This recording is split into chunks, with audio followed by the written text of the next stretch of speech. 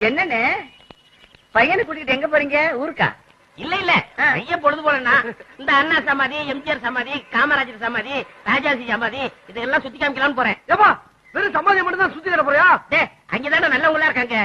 ஆமா நீ எங்கம்மா கடைக்கு போயிட்டியா? ஆமாண்ணே, கொஞ்சம் நெஞ்செலும்பு கறியும் வாங்கிட்டு வர்றேன். சின்ன ஜெருசுங்க புதுசா கல்யாணம் ஆனதுங்கல்ல, இந்த நெஞ்செலும்பு தட்டிக்கிட்டு சூப் வச்சு கொடுத்தா கொஞ்சம் தெம்பா இருக்கும். அதுக்குதான்.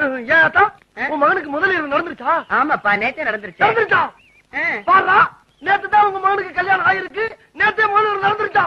எனக்கு கல்யாணம் ஆகி 3 மாசம் ஆகுது, இன்னும் நடக்கவே இல்ல. நீ எல்லாம் ஒரு அப்பனாடா? போடா.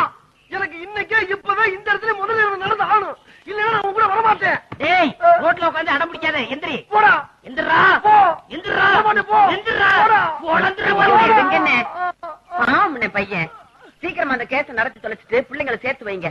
இல்லம்மா வக்கீல ஏதாவது கேஸ் முடியுதுன்னு சொன்னாரு. அவன் கிடக்குறான் தொடப்ப கட்ட வக்கீல். சின்ன ஜெருசுல சேர்த்து வைப்பீங்களா?